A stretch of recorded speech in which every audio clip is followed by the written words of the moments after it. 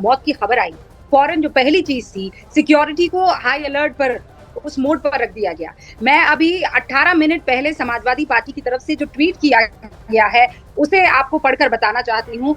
पूर्व विधायक श्री मुख्तार अंसारी जी का इंतकाल दुखद, ये समाजवादी पार्टी की तरफ से लिखा गया है। ईश्वर उनकी आत्मा को शांति दे, शोकाकुल परिजनों को ये असीम दुख सहने का संबल प्राप्त हो, विनम्र श्रद्धांजलि। इसे 18 मिनट पहले ट्वीट किया गया है, 34,000 लोगों ने इसे देखा है, लगभग 3,000 के आसपास जो है इसे लाइक किया गया है। अब सबसे बड़ा जो चैलेंज है सबीना, वो चैलेंज ये है कि वहां किसी तरह का कोई सौहार्द जो है वो बिगड़ने ना पाए, और इसीलिए आप देखिए पूरे के पूरे इलाके में धारा 144 लागू कर दी गई है। अच्छा, 14 घंटे तक बकायदा उनको अस्पताल में निगरानी में रखा गया था, उसके बाद उनको छुट्टी मिल गई थी। 14 घंटे की भर्ती के जो बाद है उन्हें डिस्चार्ज कर दिया गया था। कुछ दिन पहले आप याद कीजिए, मुख्तार अंसारी की तरफ से दावा किया गया था कि उन्हें एक स्लो पॉइजन दिया जा रहा है। तो इस पूरे के पूरे मामले का रिपरकशन पॉलिटिकली पक्का होगा सबीना। जो आप कह रहे हैं कि बस अब 19 तारीख को चुनाव है, पहला फेज है, और ऐसे में क्या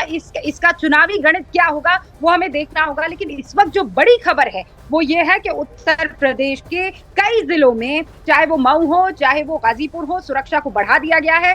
धारा 144 लागू कर दी गई, यानी 4 से ज्यादा लोग वहां पर इकट्ठा नहीं हो सकते हैं सबीना। तो अभी देखना यह है कि वहां जो लोग इकट्ठा हो रहे हैं उनको किसी तरीके से कोई उकसाने ना पाए, किसी तरह का माहौल बिगड़ने ना पाए। ये सबसे बड़ी प्राथमिकता अभी सुरक्षा बलों की होगी।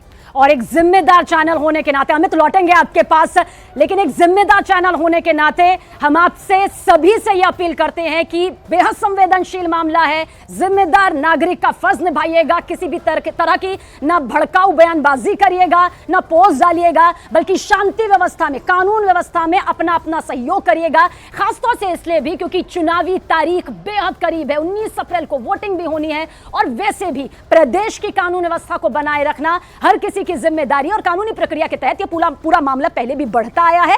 सांप्रदायिक सौहार्द, जिसका जिक्र मेरी सहयोगी रूबिका लियाकत भी यहां पर कर रही थी, वो बनाए रखना बेहद जरूरी है। पप्पू यादव ने कहा है मुख्तार की मौत जो है, देखिए मौत को लेकर क्या कहा है, मुख्तार अंसारी की मौत पर पप्पू यादव का विवादास्पद ट्वीट।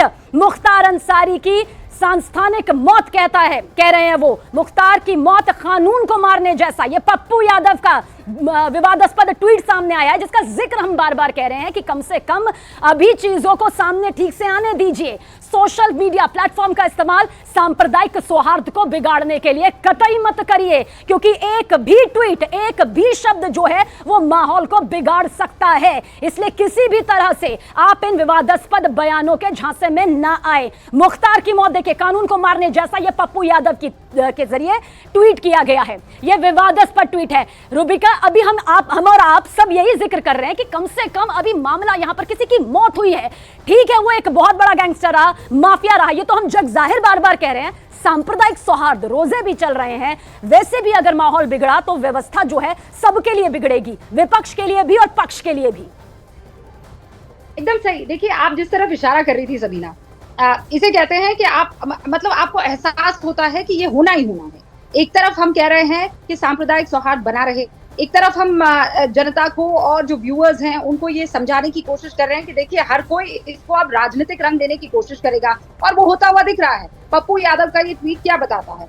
मैं आपको मुख्तार अंसारी के अगर ट्रैक रिकॉर्ड की बात करूं, तो चाहे वो नई दिल्ली हो, चाहे वो पंजाब हो, चाहे वो उत्तर प्रदेश हो, उत्तर प्रदेश का गाजीपुर हो, वाराणसी हो, चंदौली हो, आजमगढ़ हो, मऊ हो, लखनऊ हो, बाराबंकी हो, आगरा हो, यहाँ पर हत्या के, लूट के, डकैती के, अपहरण के, रंगदारी के, गैंगस्टर एक्ट के तहत कई सारे इनके ऊपर आपराधिक केसेस जो हैं वो दर्ज है। 2005 से जेल में है सबीना, और कई ऐसे मामले, मतलब अलग अलग मामलों में उम्र कैद की सजा जो है वो हुई है। जो मेडिकल बुलेटिन जारी हुआ है उसमें हार्ट अटैक की बात आई है। जेल प्रशासन की तरफ से अभी कुछ भी नहीं कहा गया है। अभी हमें इंतजार करना है इस बात का कि रिपोर्ट्स जो है वो क्या कहती है। आरोप प्रत्यारोप तो लगते रहेंगे, लेकिन ये छोटी छोटी बातें, जैसे पप्पू यादव का ये कहना ये जो है जेल के अंदर हुई मौत है, जब वो ये बात कहते हैं, हत्या अगर लफ्ज का इस्तेमाल हो जाता है तो आप देखिए उसको 360 डिग्री ट्विस्ट कर दिया जाता है। तबीयत बिगड़ी। मैं फिर बता दूं आपको, 14 घंटे के लिए उनको अस्पताल में भर्ती किया गया था, उसके बाद उनको छुट्टी मिल गई थी, फिर हालत वापस बिगड़ी और बांदा के उस अस्पताल में उनको ले जाया गया। और वो तस्वीरें हम बार बार बता रहे हैं। बीजेपी कृष्णानंद राय की हत्या का जो आरोप, एक्स डीजीपी हमारे साथ में है, एक्स डीजीपी इस वक्त हमारे साथ में है, ओपी सिंह जी। ओपी जी, क्या आप कहेंगे, क्योंकि धारा 144 पूरे प्रदेश में लागू कर दी गई है। मेरी सहयोगी रिबिका लियाकत भी हमारे साथ में मौजूद है, हमारे तमाम सहयोगी अमित, नीरज, सब हमारे साथ में मौजूद हैं, बारीकी से हम देख रहे हैं। लेकिन फिर भी आपसे जानना चाहेंगे, क्योंकि जब ऐसे हाई प्रोफाइल केस सामने आते हैं तो कदम के तौर पर क्या उठाया जाता है? देखिए, जिस तरह के केसेस होते हैं जिसमें एक हाई प्रोफाइल आदमी की मौत हो जाती है, चाहे मौत किसी भी कारण हो, पूरा प्रदेश जो है वो अलर्ट की स्थिति में आ जाता है। और मैंने सुना है कि उत्तर प्रदेश पुलिस ने उन सभी इलाकों को, चाहे वो हो, आगरा हो, जौनपुर हो, उन सबको को अलर्ट कर रखा है। पूरे प्रदेश में अलर्ट की स्थिति है। और तौर पर किसी प्रकार की इस प्रकार का प्रदेश प्रशासन जो है हमेशा इस प्रकार का तो सामान्य प्रक्रिया है और उस सामान्य प्रक्रिया के कदम उठाए गए हैं। और मुझे पूरा विश्वास है कि उत्तर प्रदेश पुलिस सक्षम है इसको डील करती है। पूरे किए जा रहे हैं, सिचुएशन ही पैदा होने दिया है। ऐतिहासिक रूप से अभी जो सबसे अहम सवाल है वो ये है सुरक्षा व्यवस्था को लेकर। सर, आप जानते हैं कि रमजान का महीना चल रहा है और बाकायदा जब ये मौत की खबर वहां पर पहुंची, इकट्ठा होना शुरू हो गए हैं और इस बीच अब राजनीतिक बयान शुरू हो जाएंगे। पप्पू यादव एक तरीके का अभी ट्वीट किया है जिसमें वो ये कह रहे हैं कि ये जो है, और वो विवादास्पद ट्वीट साफ तौर पर नजर आ रहा है। ऐसे में सुरक्षा के लिहाज से रमजान का महीना और ज्यादा चाक चौबंद होने की बहुत जरूरत है।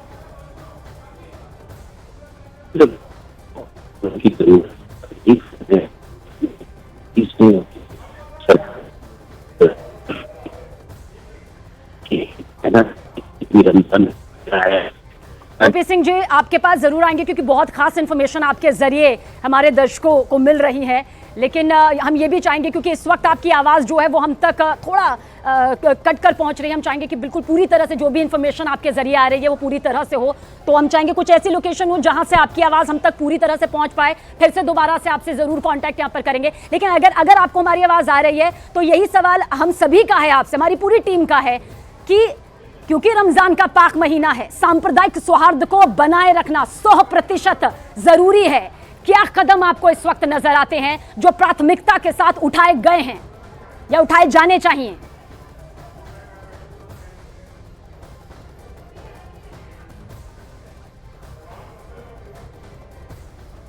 क्या है, अगर आप इजाजत दें तो मेडिकल बुलेटिन की कुछ लाइनें पढ़कर मैं सुनाना चाहती हूँ। मेडिकल बुलेटिन का की जो कॉपी है वो इस वक्त हमारे पास है। न्यूज 18 इंडिया के दर्शकों को मैं शब्दशः पढ़कर सुनाना चाहती हूँ। आज साय लगभग 8:25 पर सिद्ध दोष विचाराधीन बंदी मुख्तार अंसारी पुत्र सुभानल्लाह उम्र लगभग 63 वर्ष को जेल कार्मिकों द्वारा रानी दुर्गावती मेडिकल कॉलेज बांदा के आकस्मिक विभाग में उल्टी की शिकायत और बेहोशी की हालत में लाया गया।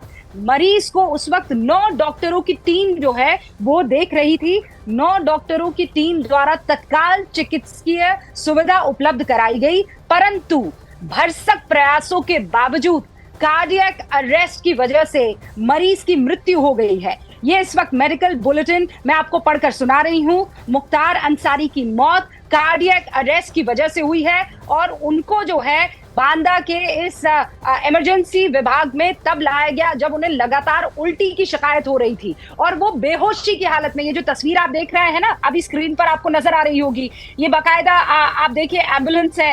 एम्बुलेंस में ऐसे जो है स्ट्रेचर नीचे निकाला जाता है और उस स्ट्रेचर में मुख्तार अंसारी उस पर लेटे हुए हैं और जैसे ही वो स्ट्रेचर नीचे की तरफ आता है उनका हाथ जो है नीचे की तरफ गिरता है। जिस शख्स ने ये वीडियो लिया है वो शख्स ये कह भी रहा है फोन बंद कर दो, क्योंकि वहां पर आप देख रहे हैं पुलिस की पूरी फौज है।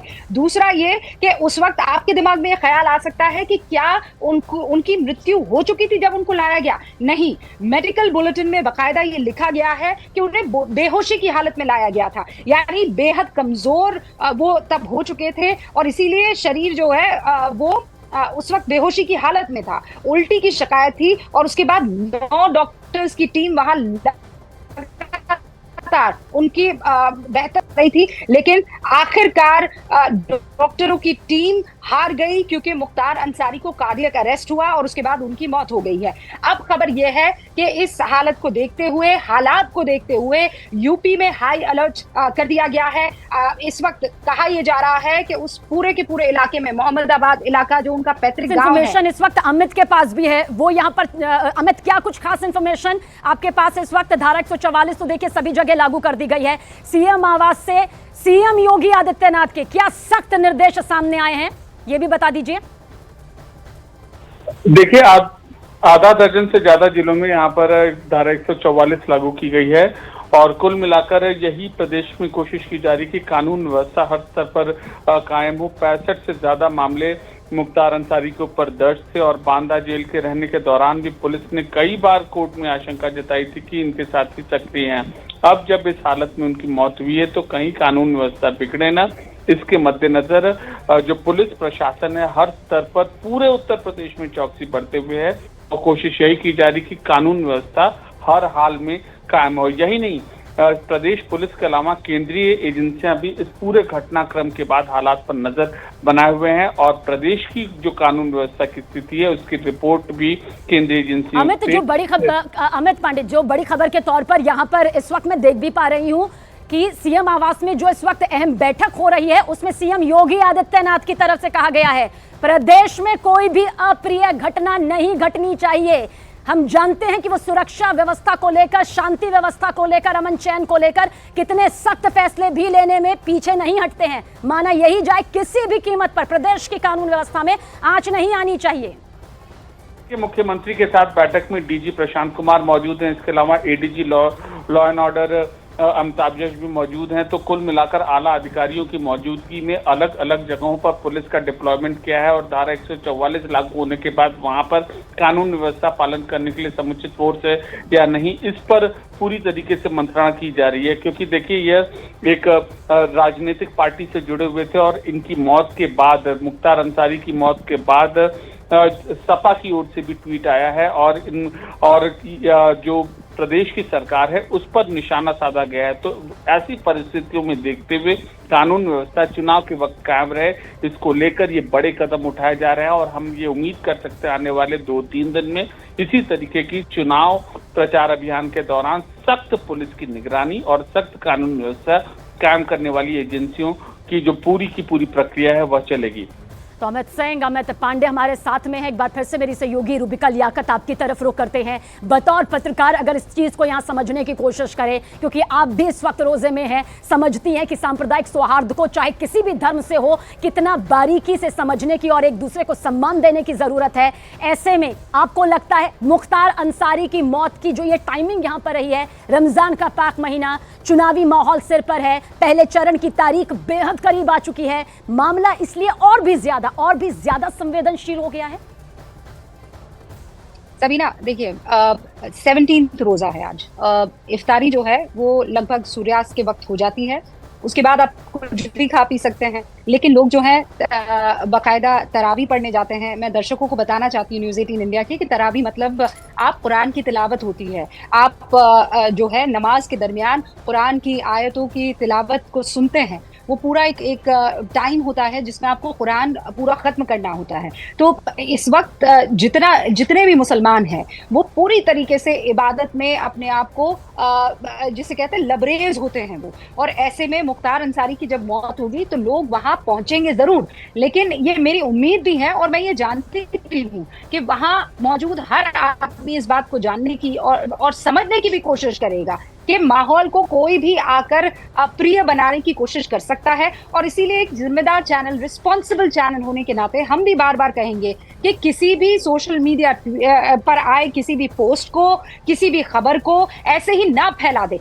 जब तक कि वो कंफर्म आधिकारिक तौर पर नहीं हो जाता है। आधिकारिक तौर पर अभी कंफर्म क्या हुआ है सबीना? कंफर्म ये हुआ है कि कार्डियक अरेस्ट की वजह से मुख्तार अंसारी की मौत हो गई है। अभी जब आप अमित से बात कर रही थी, देखिए मेडिकल कॉलेज के बाहर और अंदर इस वक्त जब हम बात कर रहे हैं, पुलिस बल मौजूद है। सेंट्रल फोर्स ने पूरे के पूरे इलाके को छावनी में तब्दील कर दिया है। मैं बांदा के मेडिकल कॉलेज की बात कर रही हूँ। और दूसरी तरफ ये 11 अलग अलग जिले बताए जा रहे हैं। इनफैक्ट अब तो दर्जन भर से ज्यादा जानकारी मिल रही है। वहां पर धारा 144 लागू कर दी गई है। जितने भी कमिश्नर और डीआईजी हैं वो और डीसीपी रैंक के जितने भी ऑफिसर्स है, एसीपी सहित सभी डीसीपी सड़कों पर उतर आए हैं।